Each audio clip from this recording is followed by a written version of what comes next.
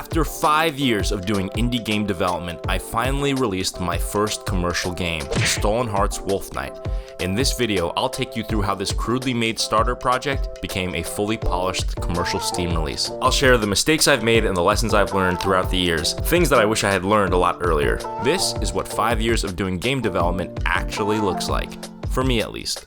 In 2019, after watching Indie Game the Movie, I naively thought to myself, this is not so hard. I can make a fully polished indie game that's a smash hit, and it's only gonna take me about a year. Having these naive thoughts about what it takes to make and sell a game will be a running theme throughout the entirety of this video. At this moment, a dream took root deep within my soul that would dictate the next 5 years of my life. The dream was to make a video game that would be successful enough that I could quit my day job and become a full-time indie game developer. Admittedly, I was not very in touch with the indie game world. My gaming experience was limited to older Nintendo consoles and handhelds, PS2, and some AAA titles on the PS4. So my initial frame of reference for what a successful indie game looked like literally came from the indie game documentary, Braid, Super Meat Boy, and Fez, and a few indie games that I've actually played, like Celeste and Spelunky. And what do all of these games have in common? They're all platformers. So I said, like so many others, I will make the next great platformer. Lucky for me, there's no shortage of platformer Unity tutorials available on YouTube, and began as so many others did, with Brackeys. This is the first Unity project that I ever opened. After a few days of working through some tutorials and documentation, I got the basics of a moving platforming character, and thus began my journey to create Stolen Hearts. Well, 1 year later, and I did not have my $1 million game, but I was establishing strong development fundamentals. The COVID pandemic hit, which gave me a lot more time at home to work on my game. I was learning about the capabilities and limitations of the game engine, and how to bring my ideas to life, and was discovering my personal strengths and weaknesses as a game dev. For example, I already had a strong coding background, which was ever fortified by the fact that my full-time job was also to write code all day. I found I had a knack for level design. I would try to come up with as many different ways to use simple mechanics. In terms of weaknesses, I had many, but none greater than art. I realized that I had a very far way to go, but I didn't mind taking the time to hone my skills. I spent so much time that year doing and redoing pixel art, each time looking slightly better than the last, but never getting anywhere close to what real artists were making. My dream of developing a great successful game was as potent as ever, as was my unfounded confidence that I could finish the game over the course of the following year, which might have actually been possible if it were not for the fact that my vision was without scope. Over the course of the next year, a majority of my game dev time was actually not spent on developing Stolen Hearts. I started my YouTube channel thinking that it was the best way to market my game, which, by the way, is not necessarily true at all. But it gave me a platform to share the things I was working on and meet other people with similar interests, some of who have been following me throughout this whole journey, so shout out to y'all, you know who you are. I made something like 10 smaller games that year. With each game I made, I tried to learn something completely new. I made my first 3D game where I learned how to model and animate in Blender. I learned networking with Photon and Mirror, leading me to release a free online multiplayer game on Steam. And with all these new skills, returning to my simple pixel art platformer felt very generic and unimpressive. And it wasn't just me. I discovered that trying to get people invested in my game was like pulling teeth. I was a bad combination of not being good at showing off my game and also having nothing unique about my game to show off. In retrospect, what I should have done was to finish this project and then move on to something more marketable. Instead, I thought that I could make my game more unique by adding a ton of variation in the gameplay, which led to me creating 4 distinct characters that played very differently from each other. This idea was about to send me somewhere most devs would call development hell, but I optimistically prefer to call it the Noodle Factory. The Noodle Factory was a place where I would basically accept any idea I had without fully thinking it through and whether or not it would add any value to my game, but I would implement it and somehow incorporate it into the game. I would spend weeks and months on end noodling. The more I created, the further away I was getting from actually finishing. For every new mechanic I introduced, I knew that I would somehow have to tie it into the game in a cohesive way. I was not completely oblivious to this fact either, but I had a full-time job and this was just a hobby for me anyway, so I didn't mind spending tons of time on the smallest of details. At this point, what had become most important to me is to make something that was actually good, and I was willing to spend as much time as I needed to get there.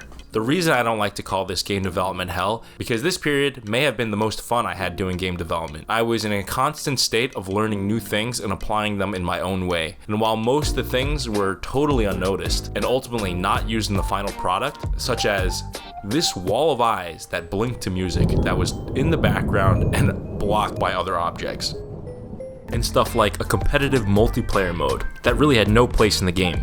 Other elements lent itself to actually being good ideas, like having a 3D boss in my game, which became the first time I added something that seemed to be a real hook. Towards the end of that year was the first time I felt like I had some semblance of a scope. 3 years of sharpening my game dev skills had in fact been paying off, as the feel and look of my game was getting better than ever. I started attending local game dev meetups that hold monthly playtesting sessions. Every time I showed off my game, fellow game devs would show a lot of interest, enjoyed all my hard work, and I began to realize how far I've actually come. At the same time, I began to see another side of the gaming world, the business side. Besides other game devs, musicians, and artists, I met full-time game dev lawyers, marketers, and publishers. Some of these people I spent significant time and energy learning from them and getting feedback. This entire time, I had been in a bubble with other game devs, even more specifically, YouTube game devs, and I would try to recreate the success of some of the bigger names in the community. But this was preventing me from learning about the industry as a whole and how to reach people outside of this small circle. And game devs are incredibly passionate and supportive people. They appreciate games of all types and are willing to give much more time and energy into learning about projects because they understand how much hard work and motivation it takes to create something like that. The wider gaming community is an entirely different animal.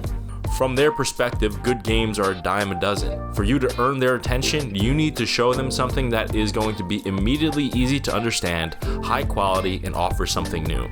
As great as I thought my game was, I had to accept that my game didn't satisfy those criteria. First, is my game easily understood? While my game was obviously a platformer, there were 4 characters in totally different environments with 4 totally different abilities. They all play completely different, and it's not easy to understand what you're actually doing in the game. 2. Does it come off as high quality? There were a few elements that I thought were pretty eye-catching, but in general, there was a lot of inconsistency with the art, which would come across as amateur. While the gameplay was generally being well received by the people that playtested, people would actually need to download Stolen Hearts first before they discovered how it played. Art is one of the main attractors to your game. And 3. Does it offer something new? Now, I believe that my personal version of this type of puzzle action platformer was unique. On a surface level, it doesn't necessarily look like that. So even if I had created everything as I envisioned it, it would still take me at least another year to finish everything I wanted to. I had to accept that what I was creating would not reach many people at all. Instead, I would create a new game from the chaos I had worked on. Stolen Hearts Wolf Night. How was I going to take something as chaotic and random as Stolen Hearts was and turn it into something clear and concise that would be able to attract potential players? First, if I wanted something that looked professional, I would have to reach out to professionals to make it. This applied to sound effects, music, and art. I spent a lot of time on Fiverr finding freelancers to make what I was looking for. Next, I needed people to be emotionally invested in the character and the story. There was basically no story at the moment, so there's no context for why these characters are trying to collect the hearts. So instead of 4 main characters in all these types of different environments, I selected just the most popular character, the Good Knight, gave him a Fiverr makeover, and made him the hero. The hearts would no longer be these inanimate objects, but cute little characters that you would have to save from the evil Wolf King who has come to invade the town and steal all the hearts. Now with an easy to explain story, it was time to put the gameplay in context. Before this, there was basically no context for why the characters were doing what they were doing. Now you have a clear goal in every single level. Find the key, unlock the heart, bring the heart home. But the game would be pretty boring and unsatisfying if all you had was a simple dash mechanic. And I had implemented all these other character abilities and felt there's still a lot of value in varied gameplay. Instead of leveraging other characters, I decided that I was going to make the enemies give you the powers once you defeat them. So you'd be able to defeat enemies and take their abilities, which keeps the consistency of having the gameplay in context. Over the course of the year, I spent my time creating new levels and reframing all of my work into the context of Stolen Hearts Wolf Night. the product was still going to be a 2D pixel art platformer, which would always be an uphill battle in such an oversaturated market. But at least now I have an eye-catching game which has a story and gameplay that can be very easily explained. I tried following how to market a video games guide for my main marketing strategies, setting up my Steam page, setting up a demo, and applying to online festivals. While I was having more success getting visibility and wishlists than the original project, from an outside perspective, this still looks like every other side-scrolling pixel art platformer. The biggest jump in growth for the following for my project came when I started making TikTok and YouTube shorts, highlighting the coolest individual bits about my game. After a few of those videos became somewhat popular, I began hearing more and more from you about how to enhance the existing features of the game and which ones to add that would make people more excited to play. In the last few months, I grinded out things like cosmetics, secret challenges, and other ways to enhance replayability and adding a lot of my own personality into the game, which makes it unique. And this entire journey just ended a few weeks ago when I released Stolen Hearts Wolf Night, and it's being generally well received. 5 years ago, I knew nothing about how to develop a game or how to sell one. But with the blind confidence I had, I thought it would take me 1 year to develop a hit game that would take over the world. 5 years later, I'm a slightly more seasoned game dev who has met many fellow dreamers creating awesome things, and I've finally released a fully polished game that I'm really proud of. Many of the lessons learned I'm talking about in this video are actually things I've heard other veteran game devs talk about before, so many of them are hardly novel ideas. But in my opinion, there's a difference between hearing a token of wisdom and really understanding it. And for me, I had to actually live through a lot of the growing pains of being a game developer to truly understand the wisdom behind the messages. The adjustment of my expectations has shifted massively from year to year, but none of it was ever discouraging, honestly. In fact, every time I saw how much work and experience you needed to create something good, the more I wanted to prove to myself that I could be someone that can do that. So while my original dream was more result-driven, eventually my dream was just to finish what I started. And now that dream has come true, and that feeling of accomplishment that I had hoped for to make a hit game was replaced by a feeling of accomplishment that I can put my head down for as long as I need to create something that I feel is worth the effort. And even more than that, I discovered that I love doing game dev, and it's worth my time doing regardless of how people respond to it. You might look at this game and say, after 5 years of work, all you ended up with was a pixel art platformer, but that's actually not true. Besides all of the smaller games that I've made, I think of this game as a diploma to a school that I put myself through. And in that school, I learned about art, animation, 3D modeling. I know a bunch of new softwares, video editing, lighting, marketing, the process of selling a game, UX, UI, and a whole bunch of other skills that I needed to learn in order to give myself this education that I will need to make bigger and more ambitious projects in the future. Throughout my time creating content for this game and for my general experience as a game dev, many of you out there have been sending me very supportive comments, all of which I appreciate.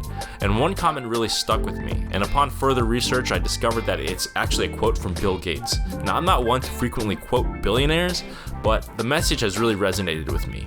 Most people overestimate what they can do in 1 year and underestimate what they can do in 10 years. 5 years ago, I started my game dev journey and created Stolen Hearts Wolf Night, among many other smaller projects. I wonder what I'll be able to say I created 5 years from now. You can check out Stolen Hearts Wolf Night on Steam to see what a 5-year game dev can do. Don't forget to subscribe so you can continue to see what's up next for a game dev like me. Like the video, and I'll see you next time.